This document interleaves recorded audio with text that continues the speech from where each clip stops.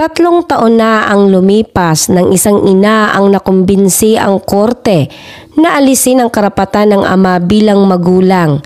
Hindi dahil totoo, kundi dahil sa maingat na planong puno ng kasinungalingan at paglilinlang. Nang sa wakas ay nagkaroon ng pagkakataon ang ama na muling buksan ang kaso. Pumasok ang ina sa courtroom ng punong-puno ng kumpiyansa. Sinigurado na walang makakakita sa likod ng kanyang pagkukunwari. Pero nang dumating ang oras para magsalita ang batang babae, ang kanyang revelasyon ang nagpaiyak at nagpatahimik sa buong korte. Ang mga marmol na hagdan ng korte ay nakakatakot para kay Julia Carter, 12 taong gulang, habang kasama niya ang kanyang ina na si Karen Blake. Ang malamig na hangin ay puno ng tensyon, kasabay ng kaba sa tiyan ni Julia. Ang kanyang maliit na katawan ay lalo pang lumiit sa kanyang maluwag at pormadong damit habang sinusundan niya ang mabilis na lakad ng kanyang ina. Ang matutulis na takong ni Karen ay kumakalabog sa semento. Bawat hakbang ay tila tunog ng katahimikan sa pagitan nila. Nabalot ng kaba ang paligid ni Julia. Tinitingnan niya ang malaking gusali ng korte na para bang dambuhalang haligi ng isang napakabigat na araw. Paglapit nila sa pinto, isang lalaking nakaayos ang damit ang sumalubong sa kanila. "Magandang umaga, Ginang Blake at Julia," sabi nito na may kalmadong boses. "Ako si Thomas Hale, ang inyong abogado." Tumango si Karen ng mabilis. Ang kanyang labis na kaakit-akit na itsura ay malayo sa maayos at profesional na anyo ni Thomas. "Tapusin na natin to," bulong niya sabay tula kay Julia papasok. Pumila sila para sa security check. Mabagal ang galaw ng pila habang bawat isa ay dumadaan sa metal detector. Lumapit si Thomas at bumulong. "Tandaan mo ang ating plano. Mahalaga na lumabas na ang kondisyon ni Julia ay dahil sa kanyang leukemia at hindi sa kapabayaan." Tinapik ni Karen ang kanyang mamahaling bag habang naiinip. Oo, alam ko na." Iritadong sagot niya. "Ilang beses na nating inulit yan." Pagdating nila sa security checkpoint, inilagay ni Karen ang kanyang bag sa conveyor belt habang tinitingnan sila ng gwardya. Nakapikit ang mga mata ng security officer habang sinusuri ang x-ray screen. "Ma'am, kailangan kong siyasating ang inyong bag," sabi niya ng matatag. Namula ang mukha ni Karen habang inabot ng opisyal ang kanyang bag at inilabas ang isang maliit na plaskong naglalaman ng alak. "Pasensya na po, pero hindi kayo maaring magdala nito sa loob ng hukuman," pahayag ng opisyal habang kinukumpiska ang alak. Nanigas ang panga ni Thomas, halatang naiinis. Ngunit nanatiling tahimik habang dumaraan sila sa body scanner. Pagkalagpas nila sa security checkpoint, agad niyang hinila si Karen sa gilid.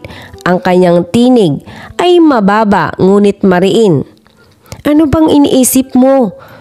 Bakit ka nagdala ng alak sa korte?" Kumikislap ang mga mata ni Karen. Depensibo ang tono. "Nakalimutan ko lang tanggalin sa bag, yun lang." Mataray niyang sagot.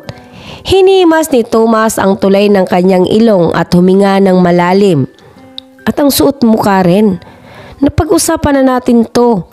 Ang mamahaling bag, ang kumikinang na damit, hindi yan ang imahe ng isang simpleng ina na gusto nating ipakita." Itinaas ni Karen ang kanyang baba, may halong pagmamataas. "Wala ako sa mood magmukhang simple ngayon. Mayaman ang asawa ko. At kung magsusot ako ng mukhang mahirap, hindi yun makakatulong sa atin para manalo ngayon." Umiling si Thomas, halatang nadidismaya. "Hindi ito tungkol sa itsurang mayaman o mahirap, Karen. Ang mahalaga, magmukha tayong maayos at mapagpakumbaba sa harap ni Hukom William Hardy. Kilala siya sa pagiging mitikuloso at sa malawak niyang karanasan sa family court. Kailangan nating gawin ang tamang impresyon." Napailing si Karen at pinairap ang mata. pero wala na siyang sinagot. Sa halip, humarap siya kay Julia at nagsalita ng matalim na tinig. Narinig mo ba ang sinabi ni Ginoong Tomas? Maging mabait kang bata at manahimik. Hayaan mong matatanda ang magsalita at huwag kang gagawa ng kahit anong kakaiba. Opo, Mama. Mahinahong tugon ni Julia, sanay na sa ganitong pagsunod. Ulitin mo ang sinabi ko. Utos ni Karen. Halos bulong na lamang ang tinig ni Julia habang sumusunod. Habang abala si Karen sa pakikipag-usap pa kay Tomas tungkol sa mga dokumento, nagsimulang lumibot ang isipan ni Julia. Pinagmasdan niya ang masikip at abalang hallway ng korte, ang mga seryosong abogadong may matitigas na mukha at mga kliyenteng halatang kinakabahan. Bigla natigil ang kanyang mga mata sa isang pamilyar na anyo na papasok mula sa kabilang dulo ng pasilyo. Ang kanyang ama, si Jonathan Carter. Malinis ang suot nitong Amerikana, maayos ang pagkakaayos ng buhok at bagong ahit ang mukha. Halatang handang-handa sa araw na ito. Kasabay ng pag-uusap nito sa isang babaeng sa palagay ni Julia ay abogado niya. Tila naramdaman ng lalaki ang titig ng anak. Nagtagpo ang kanilang mga mata at sa isang iglap, tila tumigil ang oras. Napangiti si Julia, isang tunay at masiglang ngiti na bahagyang nagtanggal ng kanyang kaba. Itinaas niya ang kamay sa isang munting kaway. Lumambot ang mukha ng kanyang ama, gumanti ng ngiti at kaway. Tumigil pa sa gitna ng kanyang sinasabi upang tumuon sa anak. Habang lalong lumalalim ang pag-uusap ni Karen at Tomas, unti-unting nawala sa pandinig ni Julia ang kanyang mga tinig. Natabunan ng mahalong ingay ng korte. Pero sa gitna ng lahat ng yon, naakit siya sa presensya ng kanyang ama sa kabilang dulo ng pasilyo. Mabilis siyang sumulyap sa kanyang ina upang tiyaking kung abala pa rin ito. At oo, talikod si Karen. Walang kamalay-malay sa kinatatayuan ni Jonathan. Mabilis ang tibok ng puso ni Julia habang ginawa niya ang isang desisyong maaaring magbago ng lahat. Lumayo siya ng tahimik dahil sa kanyang maliit na katawan. Madali siyang nakalusot sa pagitan ng mga matatanda sa hallway. Hindi napansin ni Thomas o Karen ang kanyang pag-alis. Sobrang abala sila sa matinding talakayan tungkol sa estratehiyang legal. Habang bawat hakbang niya papalapit sa kanyang ama, lalong bumibilis ang tibok ng kanyang puso. Ang mga ingay sa loob ng korte ay unti-unting nawala sa pandinig ni Julia, napalitan ng tunog ng kanyang sariling paghinga at mahinang tapak ng kanyang sapatos sa makintab na sahig. Lalong lumawak ang ngiti ni Jonathan habang papalapit si Julia at binuksan niya ang kanyang mga braso bilang paanyaya. Hindi napigilan ni Julia ang sarili. Tumakbo siya sa huling ilang hakbang at halos tumalon sa yakap ng kanyang ama. Miss na po kita. Bulong niya. Ang kanyang tinig ay puno ng emosyon habang inilubog ang kanyang mukha sa jacket ni Jonathan. Mahigpit siyang niyakap ni Jonathan. Ang isa niyang kamay ay banayad na umahaplos sa likod ng anak. Miss na miss din kita, sweetheart. Mahinang sabi niya. Puno ng init at pag-aalaga ang kanyang tinig. Pagkalipas ng ilang sandali, bahagya siyang umatras upang masilayan ang mukha ng anak. Maganda ang wig mo, para kang prinsesa ngayon. Sabi niya ng marahan. Alam niyang suot ito ni Julia upang takpan ang pagkakakalbo, dala ng chemotherapy. Namula si Julia, nahihiyang bumulong ng, "Salamat po." Habang lalo pang humigpit ang kanyang yakap, ninanamnam ang pakiramdam ng kaligtasan sa bisig ng ama. "Kamusta ka na, anak?" Tanong ni Jonathan. Malumanay ang tinig ngunit may halong pag-aalala. "May balita bang doktor tungkol sa gamutan mo sa cancer?" Naging seryoso ang mukha ni Julia habang iniisip ang kanyang sagot. "Tuloy pa rin po ang chemo." Sagot niya ng may alinlangan. "Pero madalas po akong magsuka nitong mga nakaraang buwan.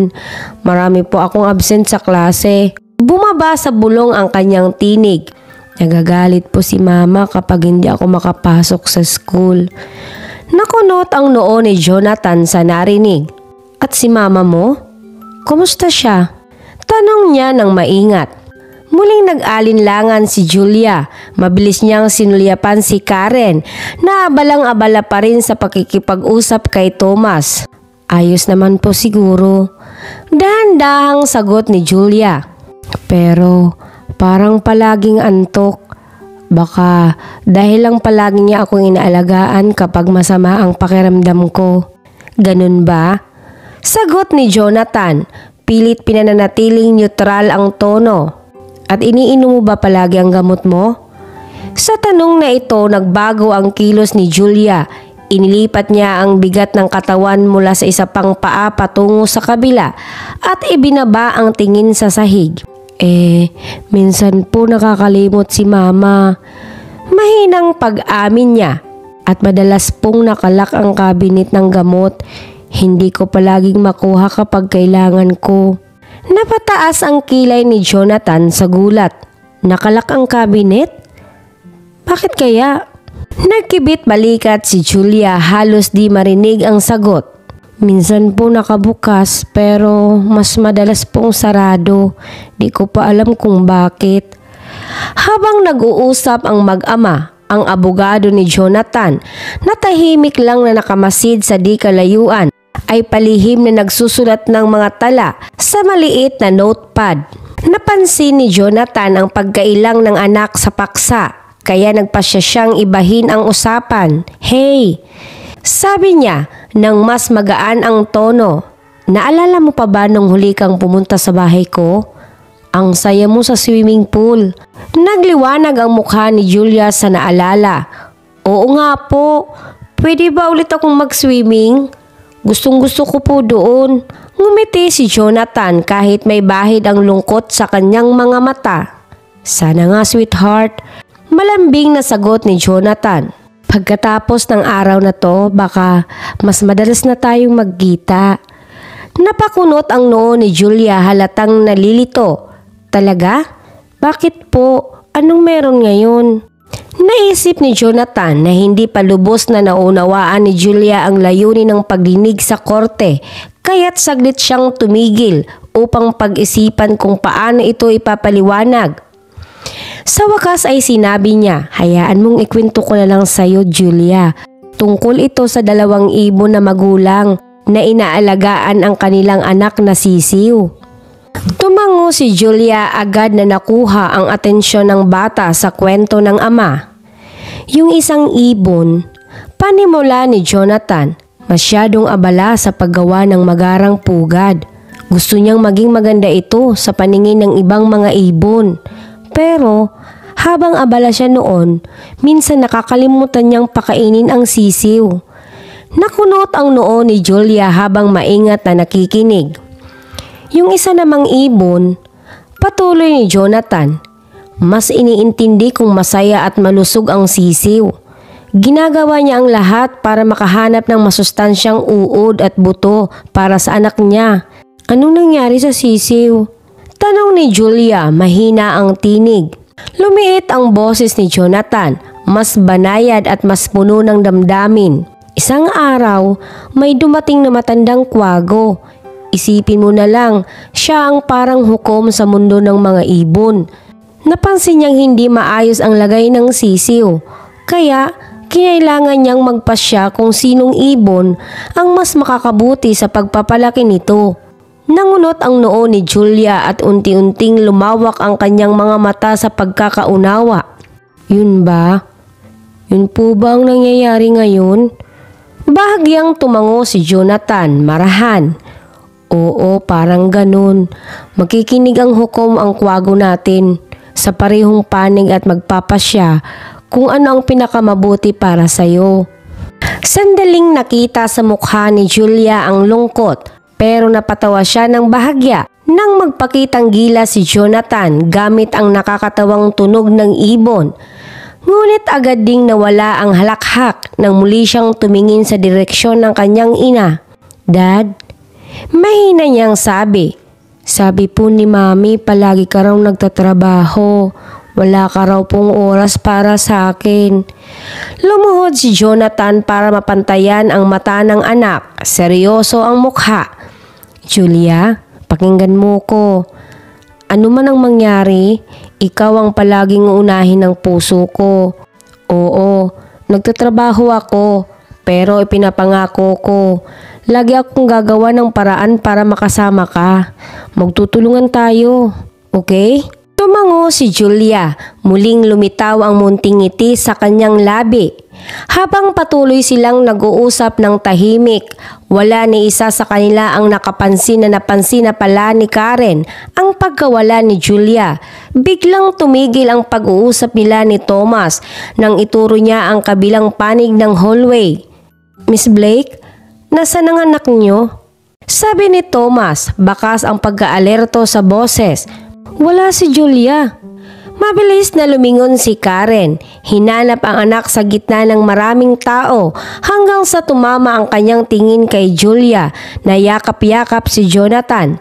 Agad na dumilim ang kanyang mukha, halatang may bumalot na matinding damdamin, galit, takot at tila pagsiselos. Karen, sandali! Uumpisahan pa lang ni Thomas pero naglakad na ito, palapit, mabilis at puno ng determinasyon.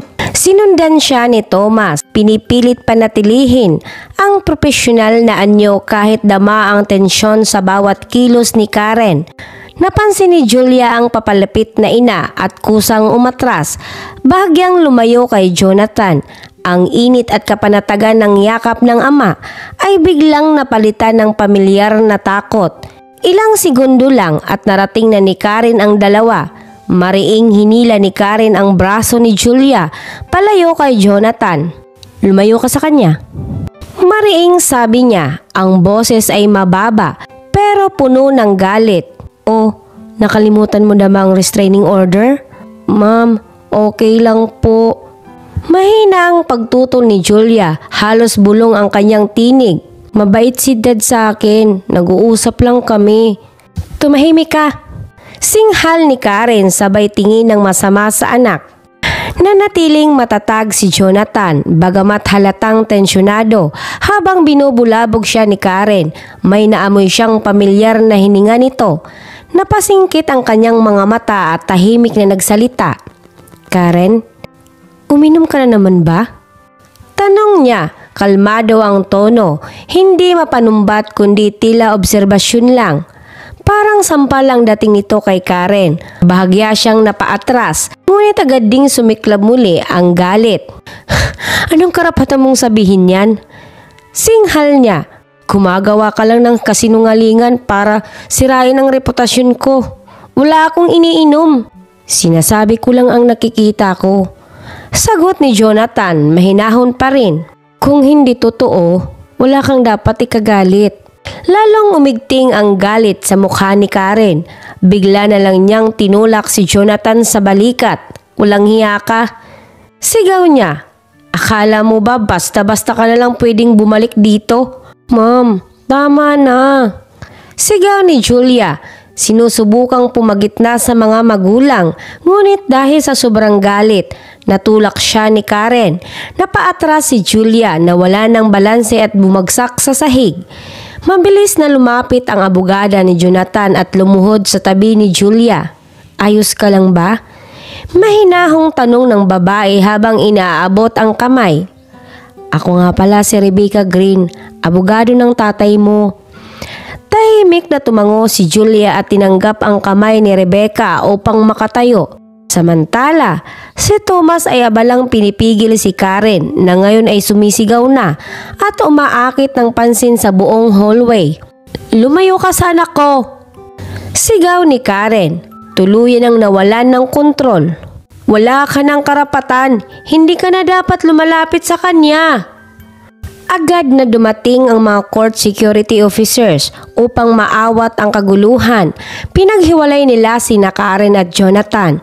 Nilikha ng mga gwardya ang espasyong kailangan sa pagitan ng dalawa. Sa huling sigaw ni Karen, nilakasan pa niya ang kanyang boses. May restraining order yan! Bawal siyang lumapit kay Julia! Nanatiling kalmado si Jonathan. Inayos ang kanyang Amerikana at marahang umatras ng suminyas ang mga opisyal. Tingnan na lang natin kung anong magiging desisyon ngayon. Sabi niya, matatag ang tinig. Kita-kit sa loob ng korte, Karen. Habang pinapatahimik ng mga gwardya ang sitwasyon, dahan-dahang ibinalik ni Rebecca si Julia kina Karen at Thomas. May halong pag-aalala at profesionalismo ang kanyang anyo. Tumayo si Julia sa gitna ni na Thomas at Karen. Nakayuko. Ang balikat ay bahagyang nakalubog. Ang init at saya na naramdaman niya sa yakap ng kanyang ama ay napalitan muli ng kilalang takot. Habang hinihintay nilang buksan ang pinto ng silid hukuman, pasulyap-sulyap si Julia kay Jonathan na abalang nakikipag-usap kay Rebecca. Ramdam sa paligid ang bigat ng tensyon. Lalong naging tahimik ang hallway habang lahat ay sumailalim sa karagdagang security check dahil sa kaguluhan. Tanging ang tunog ng metal detectors at mahihinang usapan ng mga gwardya ang maririnig. Ilang sandali pa, dumating na ang court-appointed advocate ni Julia. Lumapit ito at marahang ipinatong ang kamay sa balikat ng bata. Kamusta Karen at Jonathan?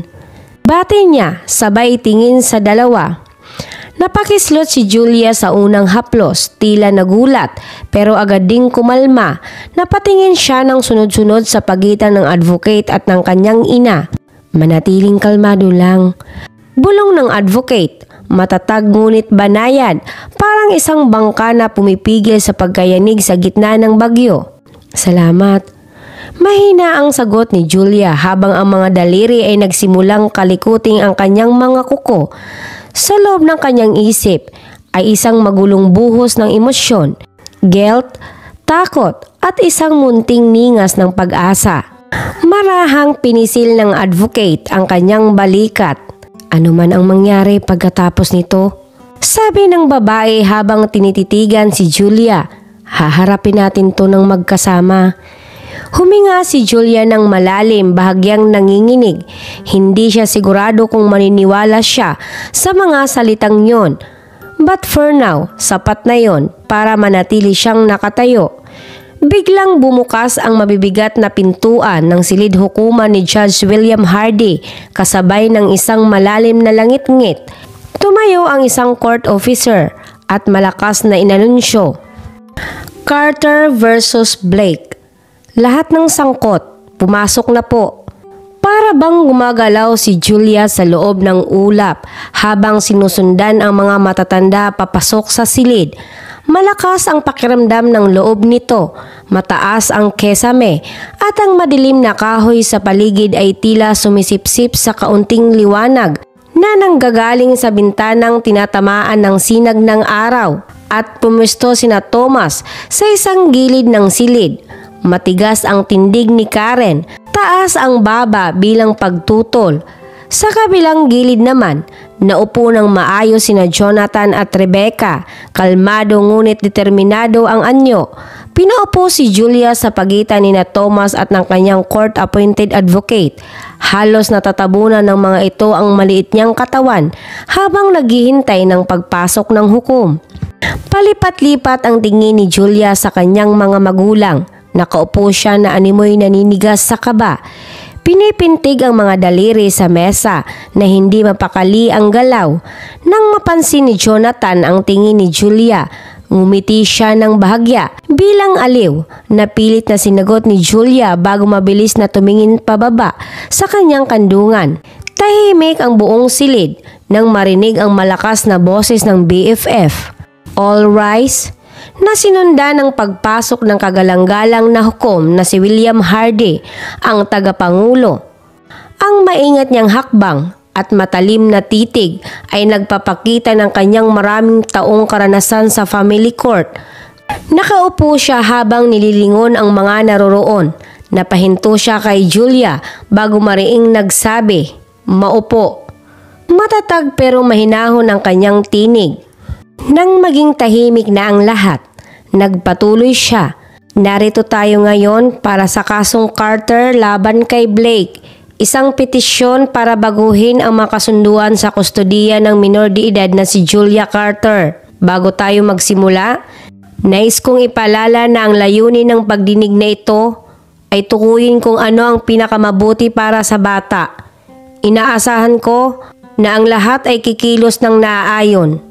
Huminto siya sandali upang lumalim ang pag-unawa. Pagkatapos ay tinanong ang mga abogado, "Handa na ba kayong magsimula?" Kinumpirma ni Thomas at Rebecca na handa na. Bilang karagdagang impormasyon, 3 taon na ang nakalilipas mula nang magdiborsyo sina Ginoong Jonathan Carter at Binibining Karen Blake. Pagkatapos ng diborsyo, si Binibining Blake ang pinagkatiwalaan ng buong kustodiya ng kanilang anak na si Julia.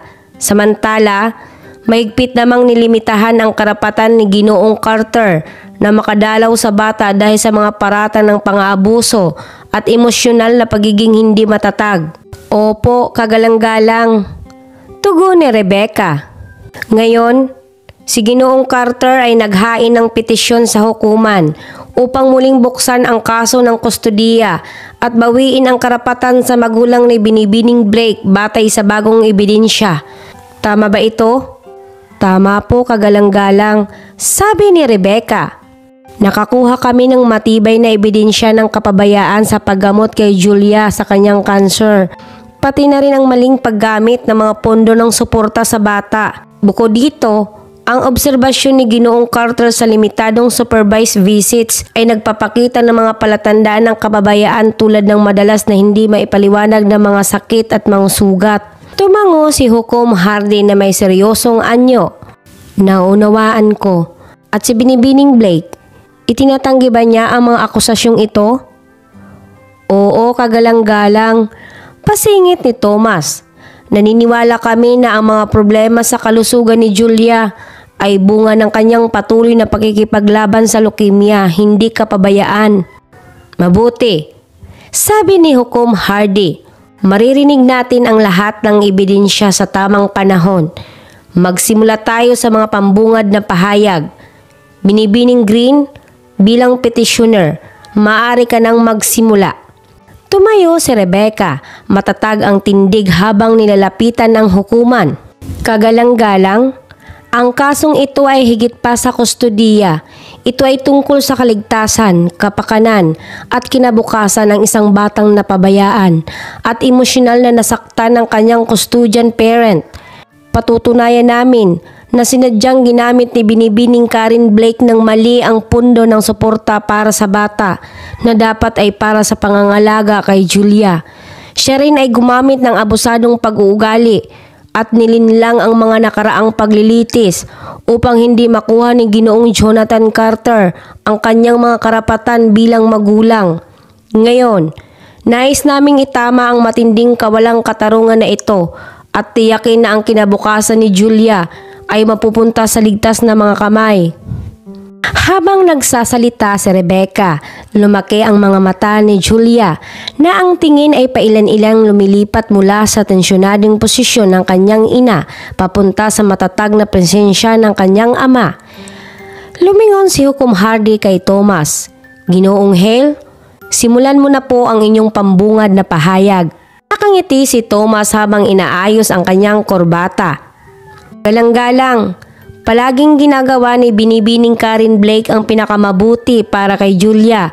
Ang mga paratang ni Ginoong Carter ay walang malinaw na batayan at isa lamang itong paraan upang muli siyang makialam sa buhay ng pamilyang dati nang naayos sa hukuman. Patutunayan namin na ang mga suliranin sa kalusugan ni Julia ay bunga ng kanyang patuloy na pakikipaglaban sa leukemia, hindi kapabayaan. Si Binibining Blake ay isang mapagmahal na ina na matatag na umaharap sa mga hamon ng pagiging isang nag-iisang magulang habang inaalagaan ang isang seryosong may sakit na anak. Isa lamang itong pagtatangka na gamitin ang kanyang kalamangan sa pera upang siraan si Ginang Blake at sirain ang katatagan ni Julia sa piling ng kanyang ina." Habang nagsasalita si Thomas, mariing tumango si Karen, samantalang bahagyang nanigas ang panga ni Jonathan. Si Julia naman, na nakaupo sa pagitan nila, ay lalo pang napayuko sa kanyang upuan. Hindi nagbago ang ekspresyon ni Judge Hardy habang tinatanggap niya ang dalawang panig. Ngunit paminsan-minsan ay tumitingin siya kay Julia na maliit ang anyo sa tabi ng mesa. "Salamat mga abogado," sabi niya nang matapos si Thomas. "Magpapatuloy na tayo sa pagpapakita ng ebidensya. Miss Green, maaari mo nang tawagin ang unang saksi ninyo." Ramdam ang tensyon sa loob ng hukuman habang muling tumayo si Rebecca Green, handang ipresenta ang kanilang kaso. Kinakabahang naglalaro ng kamay si Julia sa kanyang kandungan, pilit inuunawa ang bigat ng mga pangyayaring maaaring magbago ng takbo ng kanyang kinabukasan. Matatag na tumayo si Rebecca sa harap ng hukuman. Malinaw at matatag ang boses. "Your Honor, nais naming tawagin ang unang saksi, si Ginoong Daniel Forrester, isang lisensyadong forensic accountant." Nang tumayo si Mr. Forrester at sumumpa sa saliw ng hukuman, napansin ni Julia na naging mas matigas ang postura ng kanyang ina at pumuti ang mga daliri nito sa pagkakahawak sa gilid ng mesa. "Mr. Forrester," simula ni Rebecca, "maaari mo bang ipaliwanag sa hukuman ang mga natuklasan mo sa pagsusuri ng mga financial records na may kinalaman sa pangangalaga kay Julia Carter?" Tumango ang accountant, profesional ang anyo at seryoso. "Sigurado po, matapos ang masusing pagsusuri sa mga bank statements, credit cards records at iba pang financial documents na nakuha sa Sapwena, natuklasan ko ang isang nakababahalang pattern ng maling paggamit ng pondo para sa suporta ng bata na ibinigay ni Ginoong Carter." Ipinakita niya ang mga spreadsheet at bank statement sa malaking screen. Nakitang-kita ng lahat sa hukuman. Tulad ng makikita dito, libu-libong dolyar na dapat sana ay para sa pangangalaga ni Julia ay napunta sa mga personal na gastusin ni Miss Blake. Kabilang dito ang mamahaling damit, mamahaling alak at ilang bakasyon na hindi naman kasama si Julia. Namula ang mukha ni Karen habang ipinapakita ang ebidensya at lumapit ang abogado upang magbulong ng may pagmamadali sa kanyang tenga. "Bukod pa rito," dagdag ni Mr. Forrester, "may mga pagkakataon na na-delay ang bayad sa mga medical bills ni Julia o kaya'y binayaran ito ng ibang tao kahit sapat naman ang pundo mula kay Mr. Carter para sa kanyang pangangalaga." Habang dumarami ang ebidensya, lalo pang yumuko si Julia sa kanyang upuan. Ang mga mata niya ay mabilis na tumitingin sa pagitan ng kanyang mga magulang. Walang bakas ng emosyon sa mukha ni Jonathan, ngunit ang kanyang mga mata ay naglalaman ng halong galit at lungkot habang pinakikinggan ang masalimuot na detalye kung paano nauwi sa wala ang perang nakalaan sana para sa pangangalaga ng kanilang anak. Pagkatapos ng testimonya ng accountant, tinawag ni Rebecca ang court-appointed advocate ni Julia sa pagtindig sa hukuman, isang mabait na babae na nagngangalang Maria Thompson. Umupo siya at sandaling nagkatinginan sila ni Julia na may ngiting nagbibigay lakas ng loob. "Sa mga pag-uusap ko kay Julia, may ilang nakakabahalang bagay na lumitaw. Ayon sa kanya, madalas siyang iniiwan mag-isa sa bahay ng matagal na oras at kadalasan ay hindi siya nakakakain ng maayos. Ikinuwento rin niyang natatakot siya tuwing nababanggit ang pagbabago sa ugali ng kanyang ina, lalo na kapag ito'y umiinom." Nagbulong si Karen na tila ayaw, pero pinatigil siya ni Thomas ng isang tingin. Nagpatuloy si Maria na medyo napaghihina ang boses. "Ang pinaka-nakakabahala ay ang mga kwento ni Julia tungkol sa mga malulupit na pag-uugali. Isang beses, sinabi niyang pinatigil siya sa paglalaro at ikinulong sa isang kwarto buong araw. Walang pagkain dahil aksidenteng natapon niya ang gatas. Nangyari yun habang umiinom ang kanyang ina sa hapagkainan." Parang lalo pang lumiit ang payat na katawan ni Julia habang pinakikinggan ang bawat detalye. Nakayuko nakatitig sa sariling kandungan. Sa ilalim ng mesa, Nakapiglas ang kamao ni Jonathan at mahigpit ang pagkakagat ng kanyang panga, halatang pinipigil ang bumubulwak na emosyon. Maya-maya, si Rebecca ay tumawag sa private investigator ni Jonathan upang tumistigo. Ipinakita ng investigator ang mga litrato at video clips at ang bawat isa ay tila suntok na dumapo sa mukha ni Karen na hindi na itago ang gulat at pagkabigla. Ipinaliwanag ng investigator na ipinapakita ng mga larawan na madalas si Miss Blake ay pumupunta sa mga bar sa mga oras na sinasabi niyang nasa mga appointment siya ni Julia sa doktor. Pinakita pa ang ibang mga litrato mula sa security footage na nagpapakita kay Julia na naiwan ng mag-isa sa bahay ng iilang oras. Habang nagpapatuloy ang paglalatag ng ebidensya, unti-unting nagbago ang kilos ni Karen mula sa matigas na paninindigan patungo sa lantad na pag-aalala. Napakapit siya sa gilid ng silya, malalim ang buntong hininga at hinawakan ang sariling panga. Tila ba unti-unting nabubura ang maskara ng kumpiyansa at pagkukunwari. Nagpatuloy ang pagtawag sa mga saksi, kabilang ang psychologist at school counselor ni Julia. Ipinahayag nila na madalas hindi nasisipot ni Karen ang mga mahalagang therapy session at napapansin si Julia ay lalo nang lumalayo sa kanyang mga kaibigan, isang sinyalis ng lumalalim na emosyonal na paghihiwalay. Lalo na ang testimonya ng school counselor ay naging matindi at mabigat ang dating. Sa ilang pagkakataon, wika niya sa may nahong tinig. Tinatangka ni Julia na ipahiwatig ang takot sa kanyang ina, ngunit agad niya itong binabawi. Tila ba natatakot sa kung ano ang maaring mangyari kapag nagsalita siya ng totoo. Sa mga testimonya, nanatiling tahimik si Julia. Nakatungo ang mata niya, ngunit sa bawat katotohanang naririnig, tila lalo siyang yumuko sa sarili, para bang gusto niyang mawala sa bigat ng mga sinasabi. Habang lumilipas ang umaga at dumarami ang ebidensyang laban kay Karen, lalong naging matindi ang tensyon sa hukuman. Si Julia na nasa gitna ng kaguluhan ay lalo pang nagmumukhang maliit at mahina. Ramdam ang bigat ng sitwasyon na parang pasan niya sa balikat. Habang tumitindi ang mga kontradiksyon sa kwento ni Karen, lalong nagpapakita ang kanyang pagkabalisa. Nanginginig ang binti niya sa ilalim ng mesa at mabilis na pagtingin sa paligid. Para bang hayop na nakadikit sa sulok na naghahanap ng paraan palabas. Sa wakas, hindi na niya napigilan ang sarili. Biglang tumayo si Karen. Malakas ang kalabog ng kanyang upuan sa sahig. "Walang kwenta ito!" Sigaw niya, napula ang mukha sa galit. "Lahat kayo ay nagsasama-sama laban sa akin. Sina Jonathan at ang abogado niya ay sumusubaybay sa akin at nagkakalat ng kasinungalingan." Nagulo ang hukuman sa sigawan. Sinubukang kalmahin ni Thomas si Karen habang si Jonathan ay kalahating tumindig, ngunit hinawakan siya ni Rebecca sa braso para pigilan. Biglang bumaba ang hammer ni Judge Hardy nang may malakas na tunog. "Order!" Sigaw niya, tinatanggal ang ingay. "Magpahinga muna tayo ng 20 minuto. Mga abogado, siguraduhin ninyong handa ang inyong mga kliyente na magpatuloy ng maayos kapag bumalik tayo." Pag-alis ng hukom, tumayo si Karen at sinundan siya ni Julia palabas para huminga ng sariwang hangin.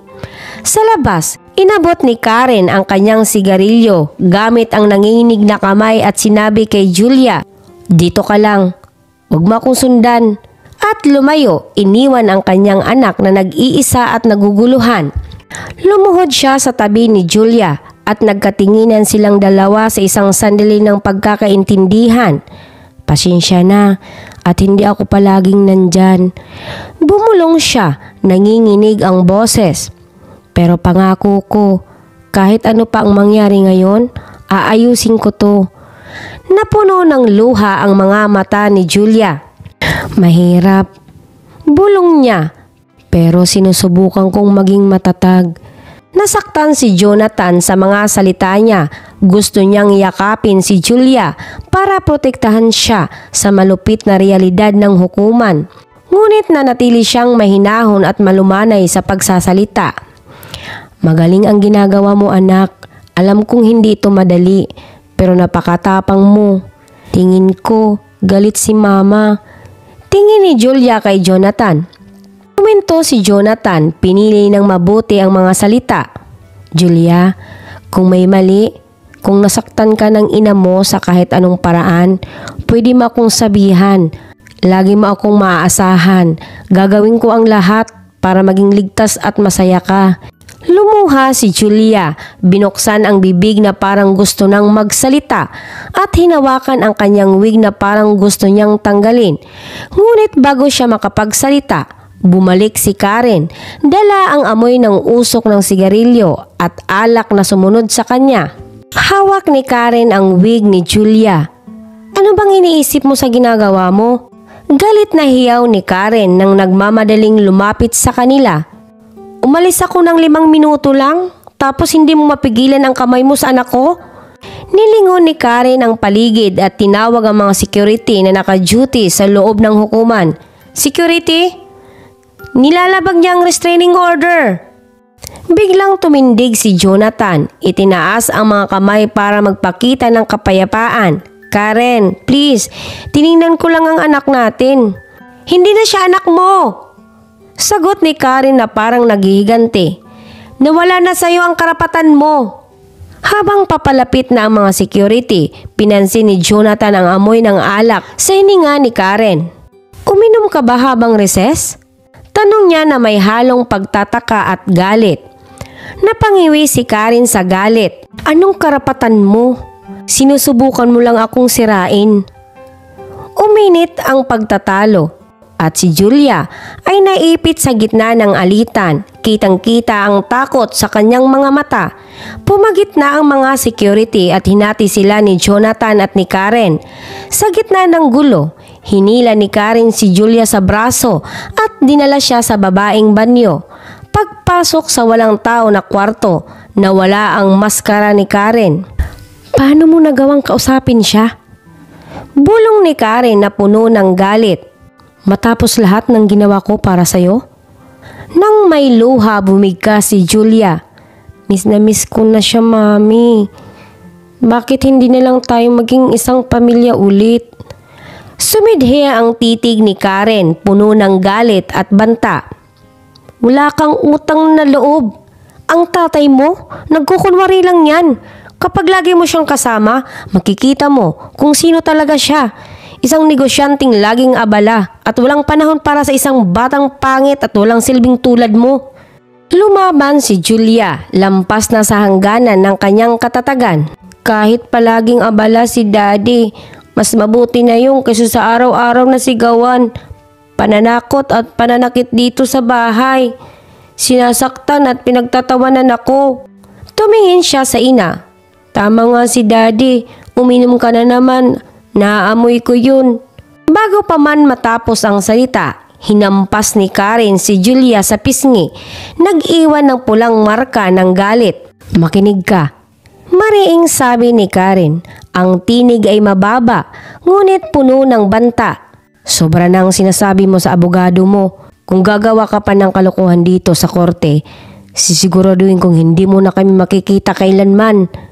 Ngayon, hugasan mo ng mabuti ang mukha mo. Takpan mo ang mga marka ng pulbos at itigin mo na yung pagkalungkot. Babalik tayo. Sumunod si Julia ng tahimik, pinunasan ang kanyang mukha habang naririnig ang banta ng ina. Napatingin siya sa salamin. Ang batang nakikita niya ay takot na takot, malayo sa masayang bata na minsang naging siya. Ginamit niya ang pulbos na binigay ng kanyang ina. Pilit na tinatakpan ang pulang marka sa pisngi. Sa labas ng banyo, ramdam ang tensyon habang nag-ayos ang lahat para pumasok muli sa hukuman. Mabigat ang mga hakbang ni Julia habang sumusunod sa ina. Dala ang mga lihim at takot na nagpapabigat sa kanyang maliit na balikat. Pagbalik sa hukuman, nagkatinginan sina Julia at Jonathan mula sa magkabilang dulong ng silid. nakita ni Julia si Jonathan na lihim na nag-sign ng I love you my girl. Gamit ang kailang espesyal na sign language, napangiti si Julia nang maalala ang mga gabing tinuruan siya ng ama kung paano makipag-usap sa kanyang bingi at tahimik na kaibigan sa paaralan. Maliit na kilos, ngunit nagdala ito ng init sa kanyang puso. Bumalik si Judge Hardy sa kanyang upuan at inihayag na magpatuloy ang hukuman. Julia, mahinahong ngunit matatag na sinabi ng hukom. Nais kong marinig ang iyong sasabihin ngayon. Alam kong nakakatakot ito, pero ligtas kang magsabi dito ng iyong katotohanan. Pwede mo bang ikwento ang buhay mo sa bahay? Nag-alinlangan si Julia. Naglalaro ang mga mata niya sa matinding tingin ng ina at mahinhin na pag-udyok ng ama. Ramdam niya ang hapdi sa pisngi mula sa sampal ng ina na tinakpan ng make-up. Naalala niya ang banta ng ina sa banyo at ang pangakong proteksyon ng ama. Okay lang yun, Julia. Nagpatuloy si Judge Hardy. Dahan-dahan lang, at kung may nagbanta sa'yo para hindi mo masabi ang katotohanan, pwede mo ring sabihin sa akin. Tumango si Julia. Kinakabahang iniikot ang mga kamay sa kanyang kandungan. Naalala niya ang sinabi ng ina na pababayaan siya ng ama at wala raw siyang panahon para sa kanya. Ngunit naalala rin niya ang init ng mga mata ng ama, ang lambing ng haplos at ang laging oras para sa kanya bago ang diborsyo. Tumingin siya sa ama. Ngumiti siya ng mahina at kumindat ng banayad na parang may sinasabing, "Kaya mo yan." Dumating na ang sandali ng pasya para kay Julia. Nanginginig ang kanyang mga kamay habang dahan-dahan niyang inabot ang wig. Nanahimik ang hukuman. Lahat ng mata nakafocus sa kanya habang dahan-dahang tinanggal niya ito. Nang bumungad ang kanyang kalbong ulo, may mga pasa at bahagyang mga sugat na naghihilom. Biglang tumindig si Jonathan ng bahagya at napasigaw ng bagya habang hawak siya ni Rebecca para hindi mabilis na lumapit kay Julia. Sa luha, nagsimulang magsalita si Julia. Maliit ngunit lumalakas ang boses sa bawat salita. Umiinom si Mami ng madalas. Nakatingin siya kay Judge Hardy. Kapag lasing siya, nagagalit siya at pinapalo ako. Minsan gamit ang mga kamay niya. Minsan gamit ang sapatos o remote ng TV. Biglang tumayo si Karen. Sinungaling siya! Galing yun sa away sa paaralan! Sigaw niya. Malakas ang pagkatok ng martilyo ni Judge Hardy. Miss Blake, umupo ka ngayon. Julia, maaari mong ipagpatuloy. Tumango si Julia. Medyo lumakas ang kanyang boses habang nagsimulang magsalita. Madalas makalimutan ni Mami ang gamot ko. Nakalak ang cabinet, kaya hindi ko ito naaabot. Bihira na rin niya akong isama sa therapy. Lagi ring marumi ang bahay at madalas akong magkasakit pagkatapos ng chemotherapy. Hindi rin niya ako inaalagaan kapag may sugat ako. Minsan nagkaka-impeksyon na. Huminto siya saglit. Nanginginig ang kanyang baba habang patuloy. Tinatawag niya akong pangit dahil sa itsura ko. Pagkatapos ng chemo, sabi niya, ang wig lang ang dahilan kaya hindi nakakahiya ang itsura ko. Tahimik ang buong hukuman. Mabigat ang bawat salitang binibitawan ni Julia para bang nakasabit sa hangin ang kanyang sakit. Si Jonathan ay tila nakasuot ng maskara ng dalamhati habang si Karen naman ay nakaupo, nakapikit halatang pinipigil ang pinaghalong galit at takot sa kanyang mukha. Your Honor, mahina ang boses ni Julia halos bulong. Natatakot po akong umuwi sa bahay kasama si Mami. Sinasaktan niya po ako. Hindi niya ako inaalagaan kapag may sakit ako. Pati po kanina sa banyo, sinaktan niya ako. Pakiaresto po siya. Gusto ko pong manirahan kay Daddy. Nagkaroon ng kaguluhan sa hukuman. Nagumpisa ang bulong-bulungan sa mga nakikinig. Order! Sigaw ni Judge Hardy sabay katok ng martilyo. Salamat sa inyong tapang, Julia. Boses na mahinahon pero matatag. Tama ang ginawa mo na sinabi mo sa amin ang katotohanan. Tumango si Julia, may luha sa kanyang mga mata habang maingat niyang isinusuot muli ang kanyang wig. Hindi niya tiningnan ang kanyang ina, sa halip ay hinarap niya ang kanyang ama. Ang pagmamahal at sakit sa mga mata nito ang nagbigay sa kanya ng kaunting ginhawa sa gitna ng unos ng emosyon. Pagkatapos ng nakakalungkot na salaysay ni Julia, nanatiling kalmado si Rebecca Green. Profesional kahit mabigat ang damdamin ng pagkakataon. Your Honor, dahil sa pahayag ni Julia, nais naming ipakita ang karagdagang medikal na dokumento na sumusuporta sa kanyang kwento. Tumango si Judge Hardy. Sige Miss Green, magpatuloy. Lumapit si Rebecca sa hukuman, dala ang isang makapal na folder. Ito ang kumpletong medikal na record ni Julia. Kasama na ang mga tala mula sa kanyang oncologist, general practitioner at school nurse. Makikita dito ang mga na-miss niyang appointment at hindi nagamot na impeksyon. Habang nagsasalita si Rebecca, lumitaw sa screen sa korte ang mga larawan, X-rays at litrato ng mga sugat na tugma sa salaysay ni Julia. Ang masusing tala ng school nurse ay nagpapakita ng hindi maipaliwanag na pasa at hiwa, pati na ang madalas na pagliban at pagkakasakit ni Julia. Tulad ng nakikita ninyo, Your Honor, dagdag ni Rebecca, ang mga sugat at karamdaman na ito ay higit pa sa inaasahan mula sa paggamot ni Julia sa leukemia. Malinaw na larawan ito ng kapabayaan at pang-aabuso. Nawala ang kulay sa mukha ni Karen, habang ang kanyang mga mata ay nagliliparan mula sa mga larawan sa screen papunta sa maliit na anyo ng kanyang anak. Lumapit si Thomas at mahinang bumulong sa tenga ni Karen, pero tila hindi siya nakarinig. Tumingin si Rebecca sa hukuman ng matatag at malinaw ang boses. Your Honor, nais naming ipakita ang ebidensya ng manipulasyon ni Miss Blake sa nakaraang hearing tungkol sa kustudiya. Nalaman namin na may peke siyang ebidensya na sinampa para siraan si Mr. Carter bilang isang hindi karapat-dapat na magulang. Ipinakita niya ang mga dokumento sa screen, kabilang ang mga peke at binagong medikal na tala.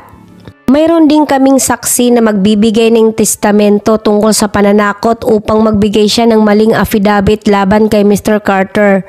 Sa puntong ito, nawala ng kontrol si Karen. Tumayo siya ng bigla. Ang upuan niya ay malakas na umagos sa sahig. Lahat yan ay kasinungalingan!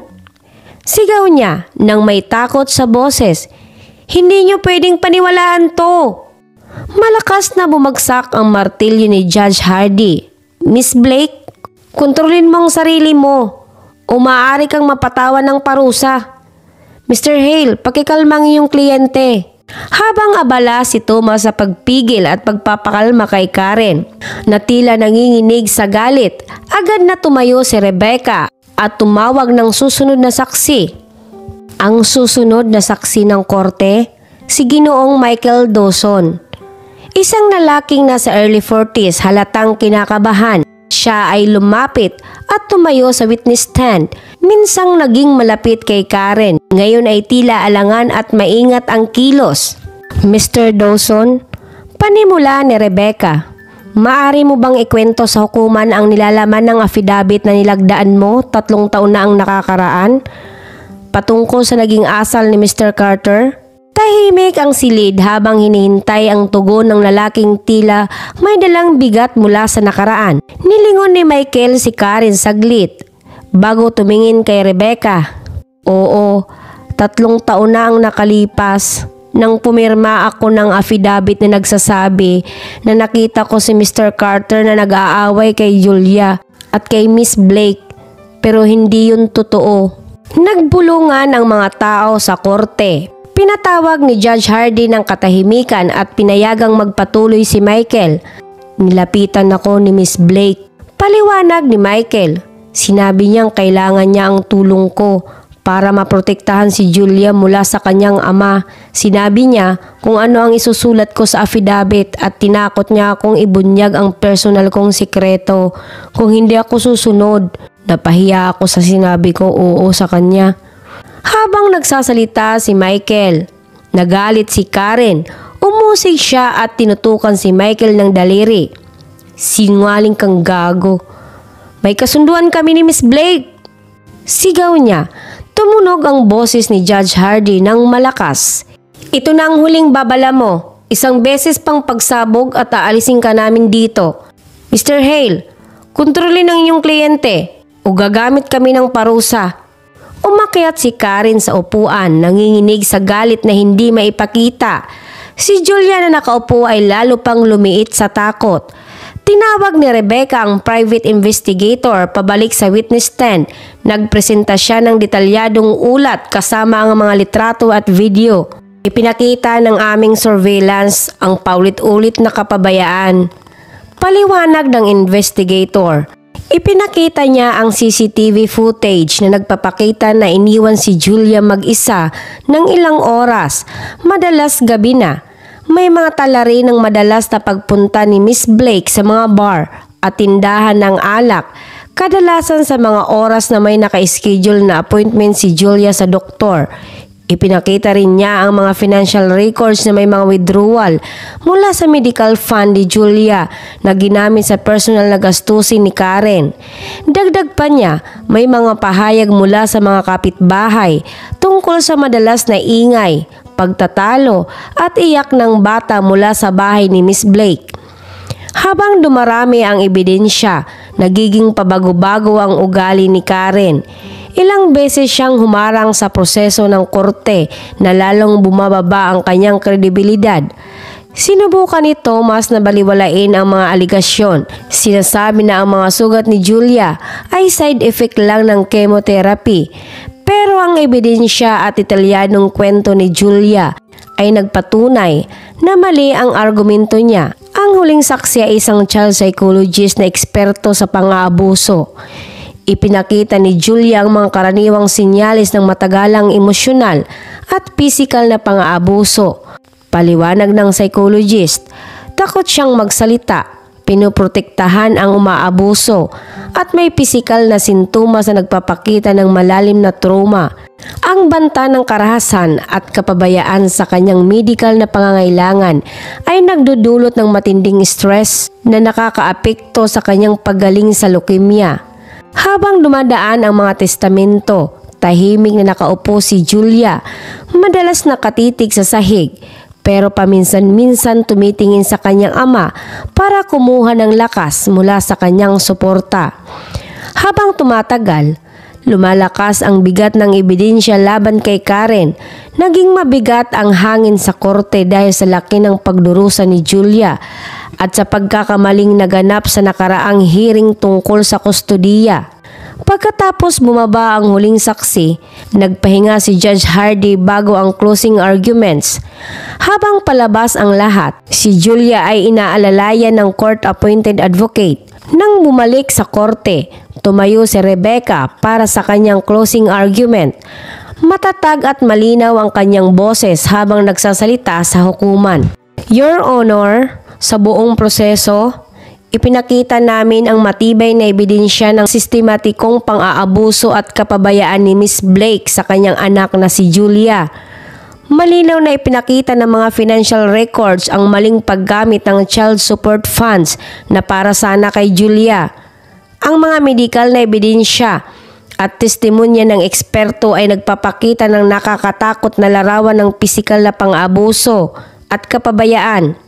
Huminto siya saglit para lumalim ang dating kanyang mga salita bago nagpatuloy. Nakarinig tayo mismo kay Julia na matapang na nagsabi ng kanyang karanasan ng takot, sakit at kapabayaan.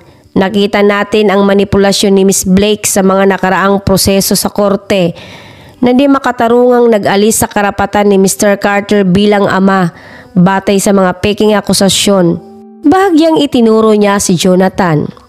Pinatunayan ni Mr. Carter ang kanyang malasakit sa kapakanan ni Julia. Siya ang nagsimula ng investigasyon dahil tunay niyang inaalala ang kaligtasan ng kanyang anak.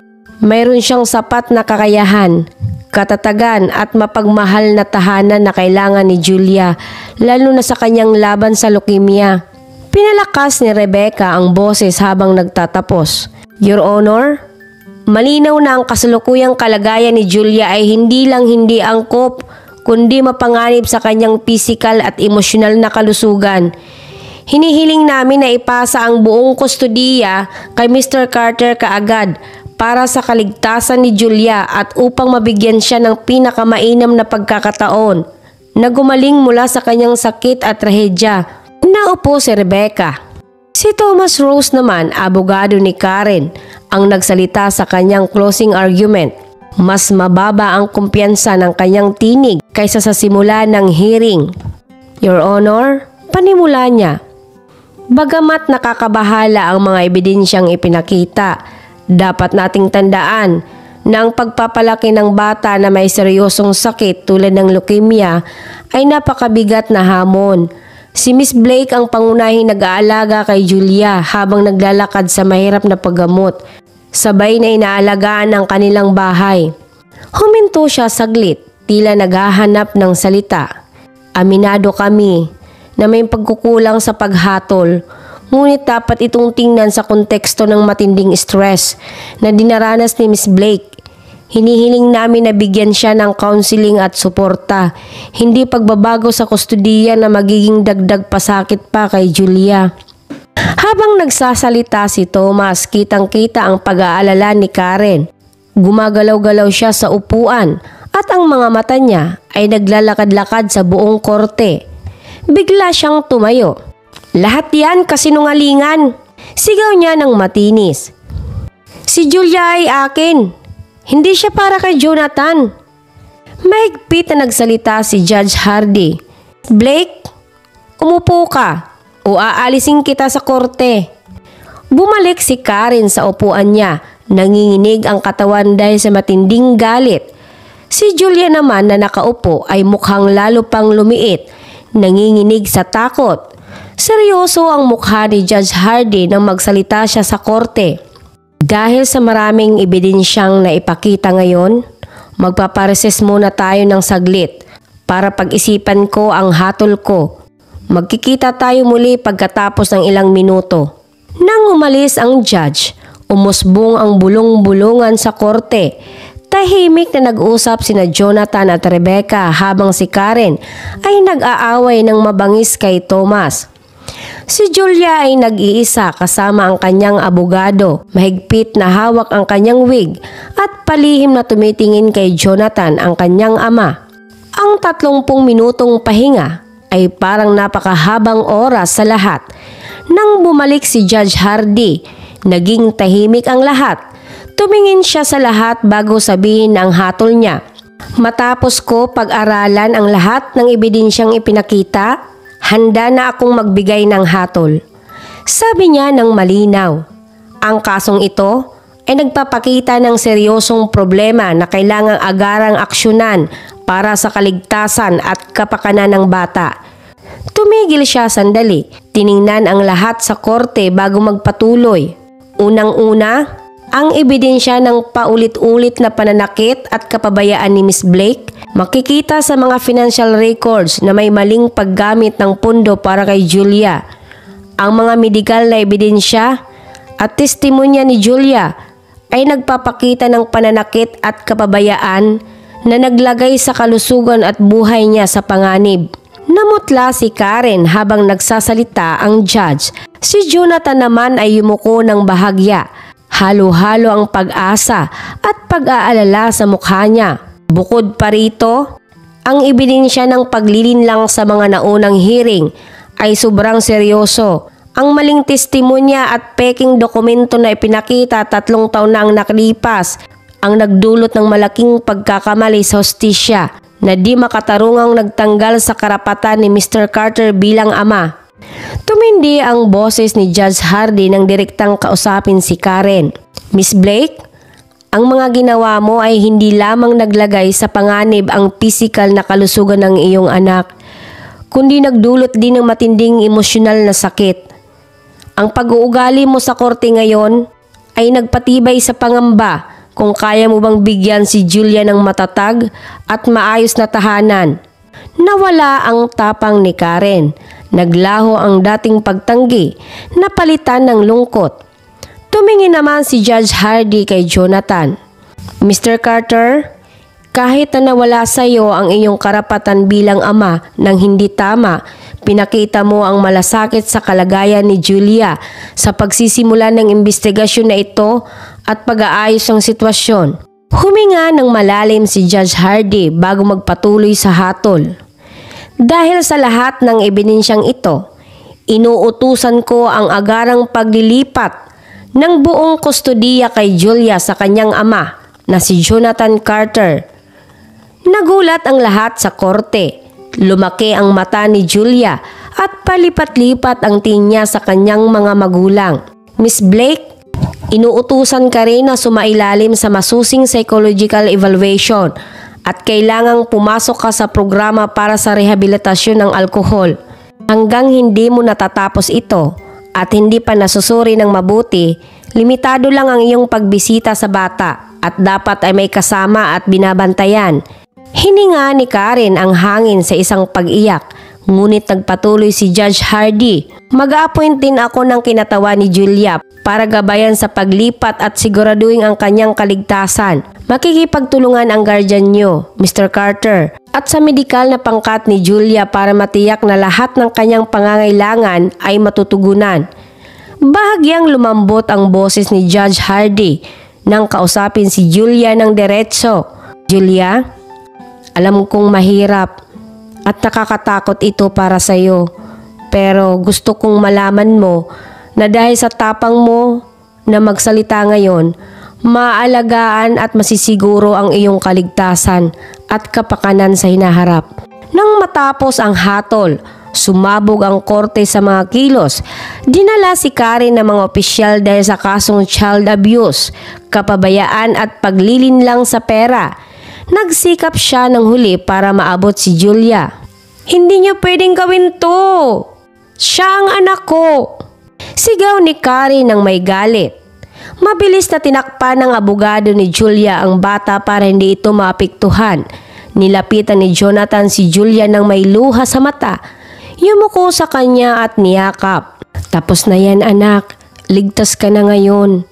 Sandaling nagdadalawang isip si Julia pero agad siyang yumakap pabalik sa ama. Sabay silang umiyak ng tahimik habang unti-unting umuubos ang tao sa korte. Ito ang simulan ng kailang paggaling para sa ama at anak. Habang unti-unting nawala ang gulat sa hatol, napuno ng usapan ang korte. Si Jonathan, mahigpit na hawak si Julia, ay nagpasalamat sa mga tumulong para makamit ang hustisya. Una niyang nilapitan si Rebecca na buong puso niyang pinasalamatan. Dahil sa investigasyon mo, nakuha namin ang katotohanan. Ngumiti si Rebecca. Ikinagagalak kong makatulong Mr. Carter. Dahil sa tapang ni Julia, naging madali ang aming trabaho. Sinundan ito ng pasasalamat sa mga private investigator, mga opisyal ng paaralan, at mga doktor na nagsalita sa korte. Lumapit ang child psychologist at iniabot ang kanyang card. Kailangan tulungan si Julia na maproseso lahat ng pinagdaanan niya. Huwag kayong mag-atubiling tumawag kung kailangan niyo ng tulong. Pasasalamat naman ang naging tugon ni Jonathan habang inilalagay ang card sa bulsa. Mahigpit pa rin niyang hawak si Julia na tahimik na nanonood sa mga pangyayari. Habang abala si Rebecca sa pag-aayos ng mga dokumento, ibinigay niya ito kay Jonathan. Narito ang mga kailangan mo para sa mga susunod na araw. Kasama dito ang bagong custody agreement, medical authorization, updates mula sa paaralan at kopya ng restraining order laban kay Karen. Nasa listahan din ang kontak ng kinatawan ng korte na tutulong kay Julia. Habang tinitingnan ni Jonathan ang mga papeles, nilapitan sila ng kinatawan ng korte. Isang mabait na babae nasa edad 50 taon na may mahinahong anyo na nagpapaginhawa kay Julia. Mr. Carter at Julia, ako nga pala si Marilyn Lawson. Ako ang itinalagang kinatawan ng korte sa inyo. Gusto kong pag-usapan natin ang mga susunod na gagawin kung ayos lang sa inyo. Tumango si Jonathan at pinuntahan nila ang isang upuan para umupo at mag-usap. Pinaka-importante ngayon ang medikal na pangangalaga at emosyonal na suporta para kay Julia. Sabi ni Marilyn, kailangan namin ng medical evaluation para malaman ang kalagayan niya at baguhin ang treatment kung kailangan. Rekomendado ko rin na mag-umpisa agad ng therapy para matulungan si Julia na maproseso ang lahat ng pinagdaanan niya. Nakinig ng mabuti si Julia. Mahigpit ang kapit sa kamay ng kanyang ama. Tumango si Jonathan. Siyempre, pangunahing prioridad ko ang kalusugan at kapakanan ni Julia. Sisiguraduhin naming makukuha niya ang lahat ng kailangan niya. Ngumiti si Marilyn. Yan ang gusto kong marinig, Mr. Carter. Palagi ako mag-check-in para siguraduhin maayos ang lahat at para makatulong kung kinakailangan. Habang pinag-uusapan nila ang mga detalye ng plano, unti-unting naging bakante ang korte. Si Karen ang huling umalis. Pinalakad ng mga opisyal. Habang dumadaan siya, nagbigay siya ng mapait na tingin kay Jonathan at Julia. Biglang lumapit si Julia sa ama at niyakap siya ng mahigpit. Hinalikan siya ni Jonathan at prinotektahan ang anak. Natapos na ang legal na proseso at may plano na sila para sa hinaharap. Naghanda na silang umalis sa korte. Matagal at mahirap ang araw na yon. Pero ramdam nila ang ginhawa at pag-asa. Lumabas sila ng courthouse.